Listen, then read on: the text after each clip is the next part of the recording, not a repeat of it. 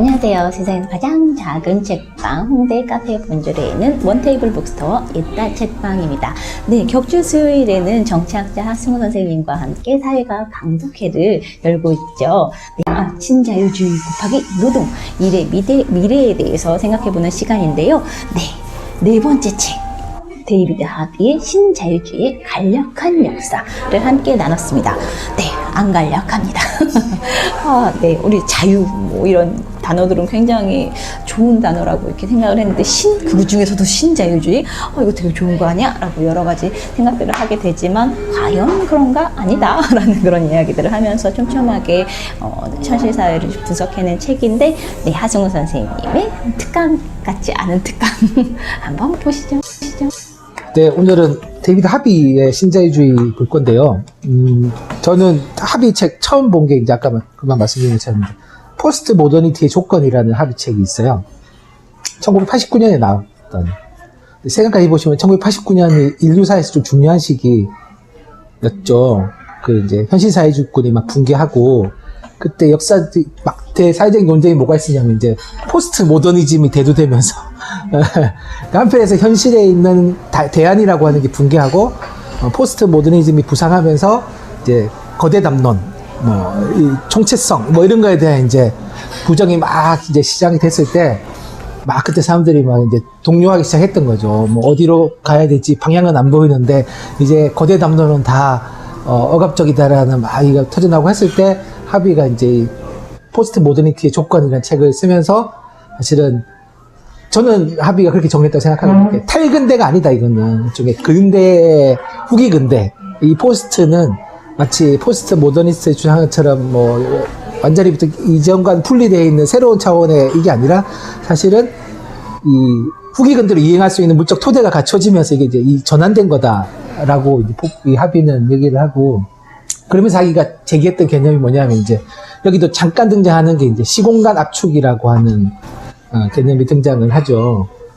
어쨌든 그 시공간 압축에서 이제 하비가 얘기하고 싶었던 거는 결국 이제 이게 시간과 공간이 말 그대로 시간과 공간, 타임하고 스페이스가 이제 컴프레션 됐다라는 거거든요. 압축이 된 거죠. 근데 이 압축이 뭐냐면 이제 공간적으로는 예전에는 국민국가, 그러니까 모더니즘에 보면 다 이제 네이션 스테이트죠. 국민국가 모델이었다면, 이제는 이제 지구촌, 그렇죠. 이제는 운송이나 이런 것들이 이제는 공간적으로 완전히 지구가 통합되는, 그러니까 통합이 아니라 압축이죠.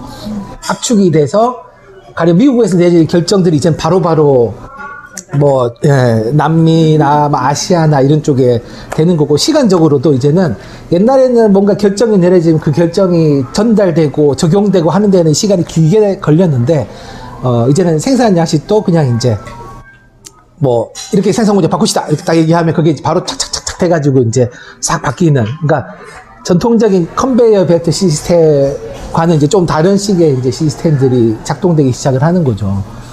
그게 이제 근데 개인적으로 사람들이 느낄 때는 이렇게 발전이잖아요. 우리 예전에 교과서 도쿄에서 점심 먹고, 뉴욕에서 저녁 먹고, 그러면, 우와, 옛날에는 그런 얘기하면 정신 나간 소리라 그랬는데, 이제는 이제 실제로 돈만 있으면 가능한, 그 정도로 이제 할 수 있는 능력이 있는 사람들 충분히 그렇게 움직일 수 있는 게 된 거고, 이제 기업의 힘이라고 하는 것도 이제는 한 국가내가 아니라 이제는 완전히 전 지구적으로 영향력이 작동할 수 있는 시간, 근데 이게 이제 그냥 추상적인 게 아니라 그게 실제로 작동될 수 있는 정치 경제적인 상황과 조건이 이제 갖추어졌기 때문에 이제 모더니티의 시대에서 이제 포스트 모더니티로 왔다라고 하는 게 이제 정말 하비가 그 설명하는 방식이었고, 이 책도 마찬가지지만 당연히 그런 전환에는 이득을 보는 쪽과 이득을 보지 못하는 쪽이 존재할 수밖에 없는 거라고 얘기합니다. 그래서 포스트 모더니티의 조건 같은 경우에서도 결국 이게 누가 어떻게 적응하고 누가 어떻게 기획해 나가는가의 과정이 있는데, 이거 결국 적응하지 못하는 사람들은 이 사회, 이런 전환에서 사실 이제 어려움을 겪을 수밖에 없는 거고, 이걸 어떻게 대응할지를 생각하지 못하는 상황에서 이제는 가능한, 사실 우리도 70년대 보면 수출 자유지대 이래가 사실 예전에 보면 기륙연재 했었지만 사실 70년대 되게 많았잖아요. 그래서 이제 노조 만들면 다 외국계 기업 철수하고, 옛날에는 싸워서 이기면은 성과가 생기는데 이제는 싸우려 그러면 철수해버리는 예, 이런 것들에 대해서 우리 어떻게 대응해야 되지? 그럼 이런 거에 이제 막막해지는 국가는 또 그렇게 하면 막 탄압하고 뭐 그런 상황들에 대해서 제대로 대응하지 못하는 상황 속에서 이제 시대는 막 전환된 거고 그렇지만 이제 이 포스트 모더니티에서 이제 이 신자유주의 그래서 또 한 단계 더 나간 뭐 한 단계 더 나갔다고 했지만 그걸 더 가속화시키는 단계로 가지 않았나 라는 생각을 합니다. 그래서 뭐 이 책에서 어쨌든 하비가 설명하는 거는 우리가 지금 겪고 있는 것의 실체가 뭔지에 대해서 조금은 이제 설명해 주는 저희가 이제 앞에서 봤던 아렌트나 갑자기 세넷이나 어쨌든 그런 글들은 이제 지금 상황에 대해서 그거를 인간성 혹은 인간의 관점에서 이제 그런 조건들을 규명하는 거였다면 일종의 이제 하비는 그런 전환이 그럼 어떤 식으로 가능했는가에 대한 정치 경제적인 설명들을 이제 저는 해주고 있다라고 생각을 합니다. 그래서 이 책에 나오는 대로 신자유주의를 정의하면 하비는 이렇게 얘기를 하는데요. 뭐 강력한 사적 소유권, 자유시장, 자유무역의 특징을 갖는 제도적 틀 내에서 개인의 열정적 자유 및 기능을 해방시켜서 인간 복지가 가장 잘 개선될 수 있는 어떤 정치적 경제적 틀을 만들자.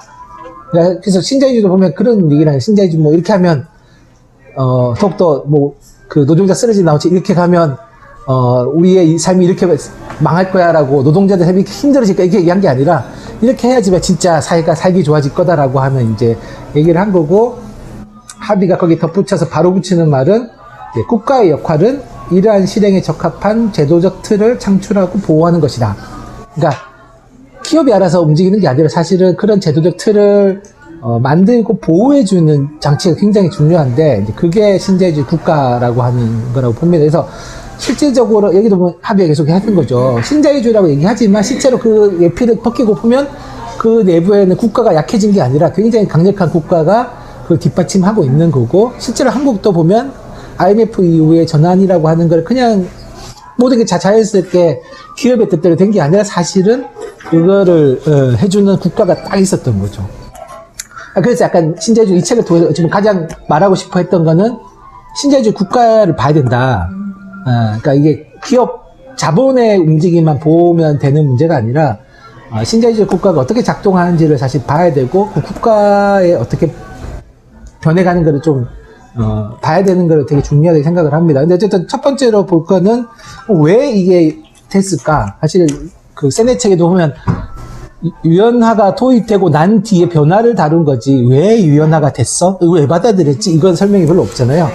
근데 하비는 이제 그거를 조금 설명해 주려고 하는 게 75페이지에 있다고 생각을 하는데요. 뭐 그런 얘기를 합니다. 그러니까 뭐 신자유주의 도입 때 많이 얘기하는 게 이제 미국 항공사 파업을 레이건이 이제 강제로 이쪽에 진압하고 받아들이게 만들고 그다음에 뭐 대처도 그 광부들의 파업을 그 영화 뭐였죠? 빌리 엘리어트 나왔던 것처럼 대처가 강력하게 진압해가지고 일종의 이제 대들지 못하게 하는 거죠. 그리고 결과적으로 하면 결국 너희들한테 다 피해가 간다라고 했는데 뭐 이제 하비가 보는 거는 채찍만 쓴 건 아니라는 거죠.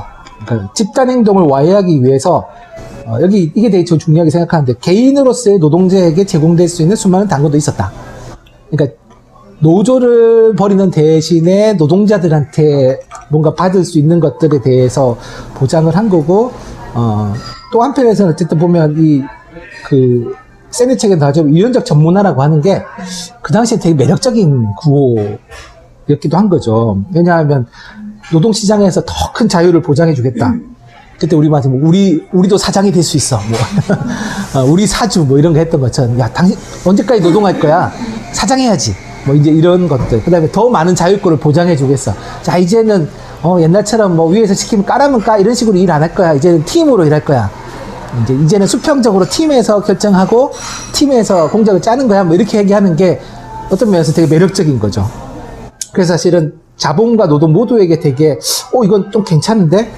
라는 게 됐고 여기에 되게 또 하비가 주목하는 건 이게 이제 상식화됐다라고 하는 그러니까 좋다고 느껴지더라도 뭔가 문제점이 보이면 사람들이 반응할 텐데 이게 되게 좋은 거라고 하는 걸 그냥 무비판적으로 수용하게 만드는 거는 그냥 딱 이렇게 제시해주면 받아들이는 게 아니라 그거를 받아들이도록 굉장히 많은 사전 작업들이 있었다라는 그게 이제 합의의 생각이 좀 있습니다. 그러니까 뭐 제가 생각할 때도 모든 시스템은 반감에 풀릴 수밖에 없잖아요. 아무리 좋아 보여도 기존에 익숙해진 사람들한테 새로운 걸 받아들이는 게 쉽지 않은 거죠. 뭐 팀별이 되게 좋은 것 같지만 아우 씨 이렇게 할 거면 그냥 시켜. 왜 자꾸 우리한테 생각하라고 해.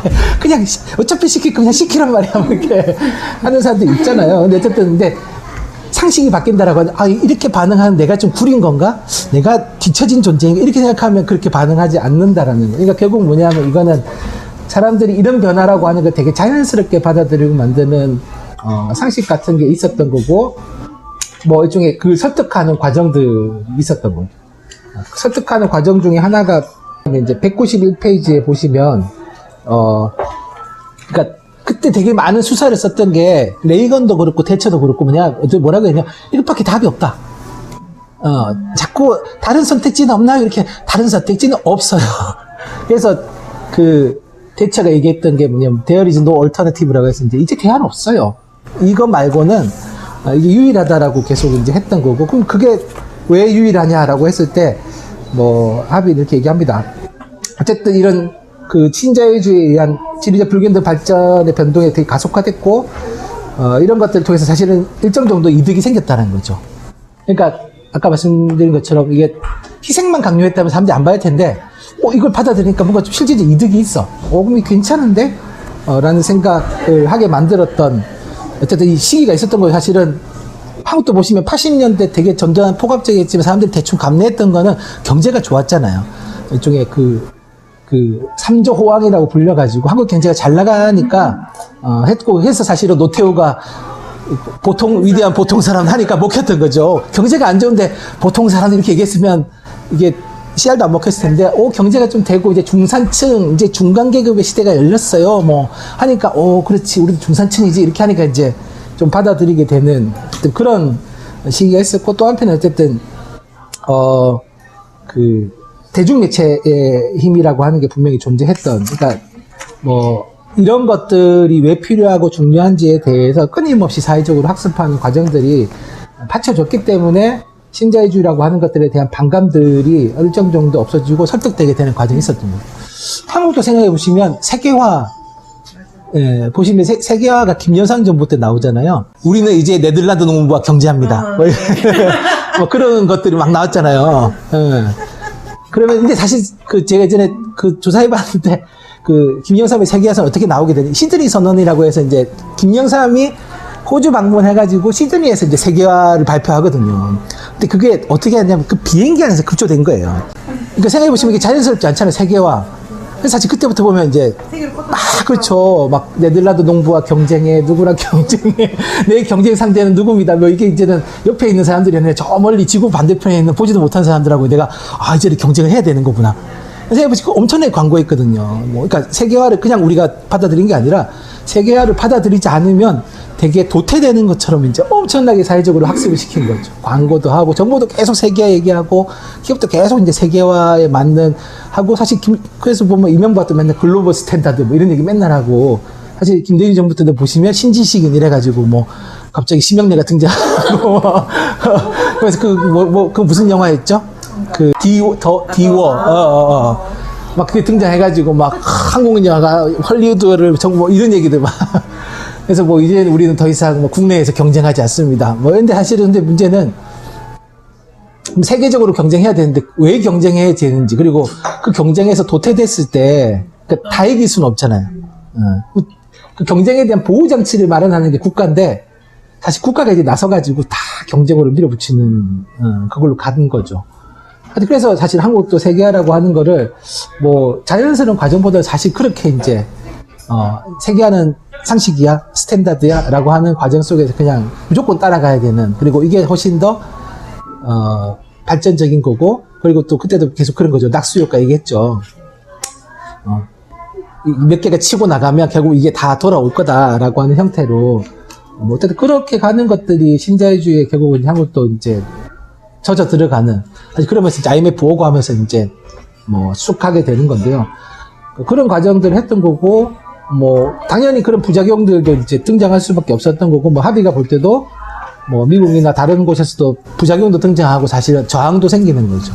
여기 보면 어쨌든 전혀 그 신자유주의자들이 전혀 예측하지 못했던 저항들 보면 어쨌든 뭐 이렇게 그 멕시코의 사파티스타 뭐 이런 그 나프타에 반대하는 그런 거 생기는 거고 했던 거고. 근데 어쨌든 합의가 볼 때 문제는 그럼 이거에 대해서 전략적으로 어떻게 대응할 건지가 되게 중요했는데 역시나 기존은 대응을 잘 못했던 거고 또 한편에 합의가 약간 그 이제 뭐 따갑게 지적하는 문제들은 사실은 노동운동도 이거 받아들인 측면이 되게 강하다. 그리고 아까 보시면 조직으로서의 노동자가 아니라 개인으로서 노동자한테 이제는 개인의 자율과 자유가 중요해라고 했을 때 이게 왜 먹혔냐면 기존의 전통적인 노조가 사실 되게 폐쇄적이고 관료적이었다라는 거죠. 그러니까 어떤 면에서는 그렇게 전환되는 게 되게 그 합리적인 방안, 개선책처럼 약간 보이기도 했던. 그러니까 시장이 실질적으로 실패해 가고 있는데 그럼 실패를 어떤 식으로 바로잡을 거냐라는 문제에서 대안이라고 하는 것들을 만들어내지 못했던 측면도 있고 어떤 면에서는 스스로도 결국은 그 대안적인 측면들을 내부화시키지 못했던 것도 있다라고 생각을 합니다. 그래서 합의가 얘기하는 건 그런 거죠. 야 그렇게 했을 때 성공해 했을 때 우리 신자유주의들 말하는 그런 거죠. 야, 국가가 갑자기 보호장치를 다 철회하면 어떻게 하는 거야? 라고 했을 때 대처가 주로 대처했던 방식은 그렇다고 국가가 개입한다고 상황이 바뀔까요? 하고 국가가 개입하면 상황이 더 나빠질 수도 있어요. 그러니까 A냐 B냐 했을 때 A는 요 정도 부작용이 있는데 B가 하면 이 정도 부작용이 생겨요. 심지어 국가가 개입하면 이제는 더 많은 재정 낭비와 비효율성과 뭐 관료주의와 이런 문제가 생기는데 B가 과연 효과적일까요? 차라리 시장이 좀 그런 거잖아요. 뭐 좀 몇 명은 좀 그 가운데에서 구조조정 정황에 희생되고 뭐 낙오될 수 있더라도 이게 결국은 전체적으로 봤을 때는 더 좋은 방법이기 때문에 이 방법을 선택하는 게 훨씬 더 나아요 라고 설득을 했을 때 그 설득에 대해서 효과적으로 대응할 수 있는 무기를 못 만든 거죠. 뭐 그런 부분들이 컸다라고 합의는 조금 생각을 합니다. 그러다 보니까 어쨌든 기업은 신자유주의를 굉장히 이제는 일반적화된 상식으로 밀어붙이는 거고 또 국가는 그런 것들이 실제로 가능할 수 있도록 계속 법 제도를 바꾸는 간 거고 사실은 그 완성체가 보면 어쨌든 뭐 WTO 이런 이제 세계 무역기구 같은 게 만들어지는 거죠. 그래서 이제 뭐 사실은 세계 무역기구가 만들어졌다고 해서 무조건 세계 무역기구로 따라갈 필요는 없는데 어느 순간 사람들은 WTO를 어기는 지시나 지침 어기는 게 되게 뭔가 큰 잘못인 것처럼 생각하게 만드는 것들이 생겼다고 얘기를 합니다. 그리고 어쨌든 그 과정에서 국가는 철저하게 뭐 노동법이라는 이런 것들을 이제 그 실제로 신자유주의가 실현 가능하도록 법제도적인 틀을 계속 변화시켜 온 면이 있고요. 그래서 뭐 100페이지에 보시면 어쨌든 뭐 그런 얘기를 합니다. 그러니까 신자유주의 국가가 가장 가지고 있는 문제가 뭐냐라고 했을 때 저는 이게 되게 핵심적으로 생각하는데요. 신자유주의 국가는 그 100페이지 위에서 5번째 줄에 보시면 신자유주의 국가는 내적으로 자본 축적을 제약하는 모든 형태의 사회적 결속에 대해 필연적으로 적대적이다 라고 얘기를 하잖아요. 그러니까 이 사회적 결속은 뭐 노조도 될 수 있고요. 뭐 전통적인 다른 형태의 어떤 뭐 사회적 조직도 될 수 있는 거죠. 일단 그런 것들을 와해시켜야 된다는 거예요. 왜냐하면 와해시켜야지 개인으로서 노동자가 되는 거잖아요. 그러니까 이게 그냥 된 게 아니라 사실은 굉장히 적극적으로 그런 것들을 했던 거고 밑에 보시면 어쨌든 나아갈 진로로서의 유연적 전문화를 강력히 주장하는 좌파적 신념의 개입주의자들도 있었다 라고 하는 것도 있습니다. 그러니까 어쨌든 뭐 국가도 그렇고 또 어쩌면 내부적에서도 그런 것들 되게 많이 이제 강조했던. 그래서 그렇게 나온 일반적 결과물은 더 낮은 임금, 고용 불안정성의 증가, 그리고 많은 경우에 있어서는 이제 혜택과 고용 보호의 감소라는 게 드러났는데 결국 이게 가능하기 위해서는 왜냐면 그렇잖아요. 더 낮은 임금을 받고 고용도 불안정하면 사람들은 이제 이게 이 길이 아닌구나라고 저항하게 될 텐데 그럼 이거 어떻게 할 거냐 해서 결국은 국가가 맡은 거는 노동 통제를 하고 노동 착취 유지될 수 있도록 계속 이제 보장해주는 게 크다라고 얘기해요. 그래서 결국 합의가 볼 때 신자유주의화는 뭐냐면 모두가 나빠진 전략이기보다는 사실은 신자유주의는 상층의 소수 계급한테 굉장히 유리한 전략이었다라는 거죠. 그러니까 이 사람들이 이걸 알고 있었다라는 거죠. 명확하게 인지하고 있는 거죠. 이게 이 사람들의 전략이었던 거죠. 반면에 뭐 1대 99로 얘기하면 1%는 굉장히 자기들의 이 사회적 결과물에 대해서 인지하고 있었고 99%는 굉장히 빠른 속도로 변하는데 이 과정에 대해서 뭔가 이건 아닌 것 같은데 내가 근데 뭐 이거 아니라고 얘기하기 좀 애매하고 아니라고 좋은 것도 있는 것 같고 그리고 또 이게 아니라고 했을 때 그럼 대안은 뭐야 이렇게 얘기하면 글쎄요 대안은 좀 애매한 점점점 뭐 이렇게 될 과정 속에서 그냥 이제 상식으로 다 굳어져 버리게 되는 그래서 뭐 그 조금 뼈아프게 얘기하면 이제 그 188쪽에 보시면 그런 얘기가 있는데요. 그런 저는 이게 제 나름의 합의의 결론. 지배계급들 위에서 네 번째 줄 보시면 지배계급들은 자발적으로는 그들 자신의 권력을 전혀 또는 거의 내놓지 않을 것이며 나도 그들이 이번에 그렇게 하리라고 기대할 만한 이유를 찾지 못했다. 역설적으로 막강한 사회민주주의적 운동 및 계급운동이 자본과 계급 권력 자체보다도 자본주의를 회복하기에는 더 좋은 위치에 있다. 극자 성향의 사람들에게 반동적 결론처럼 들릴지 모르지만 여기에는 강력한 자기 이해관계적 요소가 작용한다. 왜냐하면 뭐 인도네시아 또는 아르헨티나를 고찰해 보면 자본주의적 위기 과정에서 고통받고 기아에 시달리며 심지어 죽기까지 하는 사람들은 상위 계급이 아니라 일반인들이기 때문이다. 만약 지배 엘리트가 선호하는 정책이 훗날 재앙을 초래한다면 그 재앙이 삼켜버리는 것은 힘없고 순진한 사람들일 뿐 잘 준비된 방주를 가진 엘리트들은 적어도 일정 기간 동안은 그 속에서 아주 잘 살 것이다. 그러니까 이게 약간 역설인데 뭐냐면 그런 거죠. 그러니까 모든 이렇게 신자유주의 붕괴 우리는 바랐는데 신자유주의 붕괴하면 이 붕괴의 효과는 그쵸. 그리고 이 사람 우리도 알잖아요. 그 삼성이나 이런 사람들은 그룹가들은 제대로 붕괴도 잘 살 거야. 뭐 외국에 싸는 돈도 있고 뭐 근데 우리가 붕괴해버리면 우리는 당장 우리는 먹을 게 없어. 그러면 이 시스템을 누가 더 유지하고 싶어 할 거냐 해서 사실은 오히려 노동계급들이 이 시스템을 유지할 더 많은 이해관계를 가지고 있는 이 모순이 존재한다라는. 그러니까 전통적으로는 뭐 사회주의 이론을 봤을 때 노동계급이 자본주의를 이제 종식시킬 일종의 역사적 소명을 가진 계급이지만 지금은 이 계급이 뭐냐 하면 자본주의가 소멸되는 걸 너무 두려워한다라는 거죠. 왜냐하면 우리는 당장 내일 어떻게 될지 모르는데 이 위기의 결과에 대해서는 이제 그거를 더 알 수 없게 된 거죠. 심지어 이제는 뭐 내 기업이 문 닫는 결정을 여기서 내리는 것도 아니야. 뭐 저쪽에 있는 바다 건너 있는 데서 결정을 내려버려. 그리고 뭐 이제는 막 뭐라 그러면 본사를 옮겨버리겠다 그래. 혹은 뭐 공장을 이전한다 그래. 그러면 공장 이전하면 우리 뭐 먹고 살지? 뭐 지금 보면 뭐 조선소나 마찬가지잖아요. 뭐 중국으로 공장 이전할 거야. 베트남을 이전할 거야. 뭐 얘기하면 사실 자본가들도 엄청난 뭔가를 출혈을 견디는 건 감당하는 건 맞는데 문제는 당장 우리는 일이 없는데 그럼 우리는 어떻게 해? 라는 게 되니까 그러면 이제 어떻게 되냐면 이게 이제 스스로 계급 타협적인 선택을 할 수밖에 없다라는 거죠.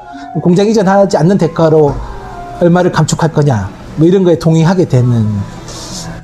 그러니까 이제 합의는 그럼 그게 유지되는 동안 사실 우리는 이 틀을 깰 수 없다는 약간 이제 어찌 보면 약간 모순적이지만 되게 비극적 결말이기도 한 거죠. 우리가 신자유주의 이렇게 많이 비판하지만 그럼 신자유주의가 붕괴된다고 했을 때 우리는 어떻게 할 거야?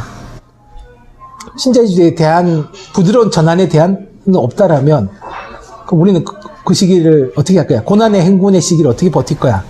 뭐 이거에 대한 우리 스스로의 자신감도 없고 하니까 어떤 면에서 이제 갖고 이거를 이제 수용하게 되는. 그리고 어쨌든 또 한편에 국가는 굉장히 이거를 이제 받아들이지 않으면 안 되는 것들을 계속 강요하는 틀이 있기 때문에 힘들다. 그래서 사실 이 책에 대한 많은 비판적인 리뷰들의 그거는 그거죠. 도대체 합의 결론은 뭐냐? 근데 보시면 합의 결론은 없어요. 근데 합의가 이제 마지막 얘기하는 건 있죠. 정체성 운동이 되게 마치 신자유주의에 대한 대안으로 정체성 운동들이 등장했는데 합의가 볼 때는 그것도 별로 답이 아니다. 왜냐하면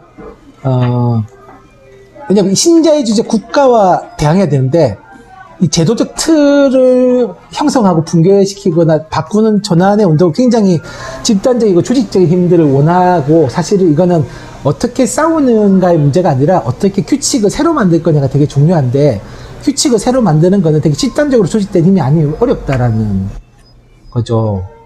그래서 이 책 말고 보면 합의의 뭐 희망의 공간 이런 책에 보면 합의가 막 어디더라 미국의 임차인들이 막 조직돼가지고 하는 그런 운동들에 대해서 합의가 되게 긍정적으로 평가하다가도 어떤 면에서 갑자기 하는 건 뭐냐 하면 뭐 여기 이 지역에서 그러면 이렇게 단결해가지고 임차료를 동결시켰어. 그 좋죠. 근데 그럼 이게 이런 식으로 하는 게 그럼 대안이야? 라고 얘기하면 그러니까 이제 그렇게 이쪽에 섬을 만드는 방식인데 이제 이 섬은 결코 섬으로 존재하기 되게 힘들다는 거죠. 그러니까 그런 면에서 결국 뭐냐 하면 이게 그 한 도시의 이게 아니라 이걸 어떻게 제도적으로 변화시킬 거냐 이런 걸로 가야 되는데 사실 또 그 운동들이 그렇게 전환되기는 그렇잖아요. 임대료 동결돼. 그럼 이 운동의 1차적인 목표가 이미 달성됐어. 그러면 이게 그러면 우리가 전미 연대를 하겠어. 물론 이제 미국에 보면 그 도시를 되찾자 운동 이런 건 그래서 이제 그 다른 도시로 이렇게 확산되거든요. 그 리클레임 더 시티 이런 운동들 확산돼가지고 일종의 공동의 요구안들 같은 걸 만드는 걸 진화하기도 해요. 어쨌든 그런 형태로 해야지만 실질적으로 법제도의 틀을 개선시킬 수 있는 게 있고, 어쨌든 또 합의가 볼 때는 그 국가가 있기 때문에 신자유주의는 불균등하게 발전한다는 거죠. 모든 전 세계가 똑같이 발전하는 게 아니기 때문에 자본한테는 사실 선택지가 있는 거죠. 이 지역이 아니야? 뭐 다른 지역으로 가지 뭐. 지금 뭐 한국의 구미의 반도체 공장 뭐 이런 것 때문에 막 서로 유치하려고 막 이런 게 있잖아요. 그러니까 자본 같은 경우는 사실 선택지가 존재하는 건데 사실은 뭐 주민이나 노동자들은 그 선택지가 별로 없는 거죠. 그런 것들에 대해서 우리가 어떻게 싸울 건지에 대한 전략이라고 하는 게 없는 상태에서 그냥 우리가 개별 싸움에서 한다면 뭐 그런 거죠. 뭐 전투에서는 어느 정도 성과를 거둘 수 있겠지만 결과적으로 신자유주의라고 하는 이 큰 틀을 바꾸는 작업을 우리가 완수하기 위해서는 한편에서 어쨌든 국가를 압박해야 되는 것도 있고, 근데 국가가 어떻게 압박할 거냐, 뭐 노동운동이 국가를 압박할 거냐, 어찌 보면 그런 면에서 약간 진보 정당도 필요한 거고, 뭐 기업들과 싸우는 데서 어쨌든 이 노조들의 연대 전략도 필요한 거고. 근데 이게 따로따로 하는 게 아니라, 왜냐면 여기는 한 팀으로 움직이잖아요. 기업과 신자유주의 국가가. 그럼 우리는 어떤 팀을 구성할 것인가에 대한 사실 이제 좀 약간 과제가 있는? 근데 뭐 합의가 이런 팀이 드림팀입니다. 이렇게 얘기하지는 않고. 드림팀은 없죠. 거의 뭐, 합의가 볼 때 별로 낙관적이지 않습니다. 근데 이 낙관적이지 않으면 2005년이거든요. 아까 이제 헤라쌤이 이 책 2007년도에 번역된, 어쨌든 이미 10년 지났죠. 근데 생각해보시면, 그러면 이 이후에 그런 힘이 조직돼 가고 있는가 생각해보시면 별로 안 그렇잖아요. 오히려 힘은 더 분산돼 있는, 그러면 좀 이제 신자유주의의 위기라고 우리가 계속 얘기하지만 그 위기와 맞설 수 있는 힘은 여전히 분산돼 있는 거고, 근데 분산이 전 나쁘다는 게 아니라 분산의 이유가 있겠죠. 근데 전략적으로 어떻게 우리가 뭐 연대를 할 것인가 뭐 이런 거에 대한 저는 방안도 필요하고 한데 아직까지 그 단계로 저희의 논의가 나아가지 못하는 면들은 있는 것 같아요. 일단 뭐 저는 한국 같은 경우에는 아직도 우리는 적의 실체가 명확하진 않아요. 그러니까 여기도 보면 합의가 보면 여기도 보면 한국은 되게 강력한 노동운동이 존재한다라고 계속 이제 그때 이미 아니지 않았나? 2005년인데 근데 외국에서는 한국을 그렇게 보는 것 같더라고요. 그 요즘 한국도 보면 러스트벨트 얘기하잖아요. 어쨌든 이 전통적인 산업군이 이제는 그러니까 거제같이 이제 조선소가 이제는 산업이 할 때 이제 사실 울산도 그 두려움이 되게 크잖아요. 우리 현대자동차, 뭐 현대중공업 여기가 이제 조난대 그리고 심지어 뭐 가령 뭐 공장을 라인을 이전에 이러면 그냥 노동자들이 막 이렇게 독려하는 거잖아요. 그러니까 그런 거 생각했을 때 우리는 대안이 있나? 약간 그런 하여튼 그런 게 저는 계속 우리한테 고민인 것 같아요. 그러니까 합의도 그렇지만 결국 이쪽에 연구도 보면 그런 거잖아요. 이렇게 광부들의 노조, 광부 노조도 사실 깨졌지만 어쨌든 뭐 그 무슨 시였죠.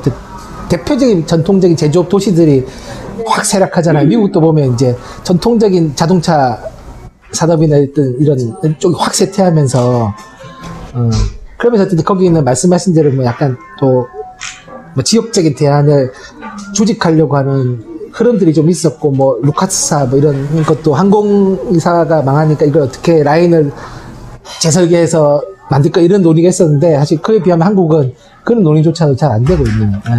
그냥 계속 여기가 유지되기를 계속 바라는.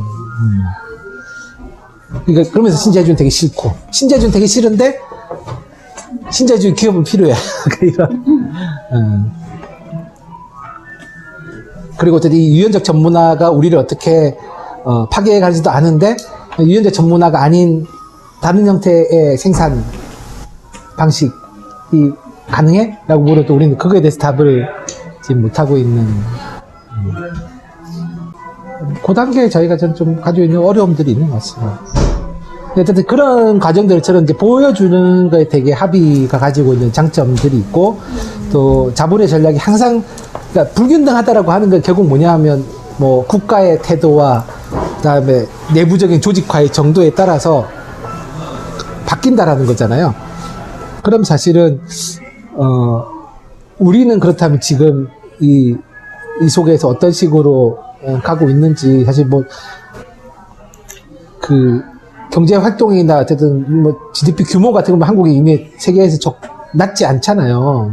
우리는 맨날 개발도상국 이런 얘기 하시면 사실 한국은 이미 확 올라가 있는 상태인데, 이 상태에서 우리가 일종의 신자유주의가 아닌 형태의 노동, 일을 생각한다면 어떤 거를 저희가 고민할 수 있을 거냐. 저는 그런 고민도 조금은 이 책에서 좀 봐야 되는 문제. 뭐 다음번 책에서 또 비슷한 고민들이 나오긴 하겠지만 깔끔하게 해결되는 건 아니지만 어쨌든 저는 합의가 좀 그런 고민들을 던져주는 거에서 의미가 있는 것 같고요.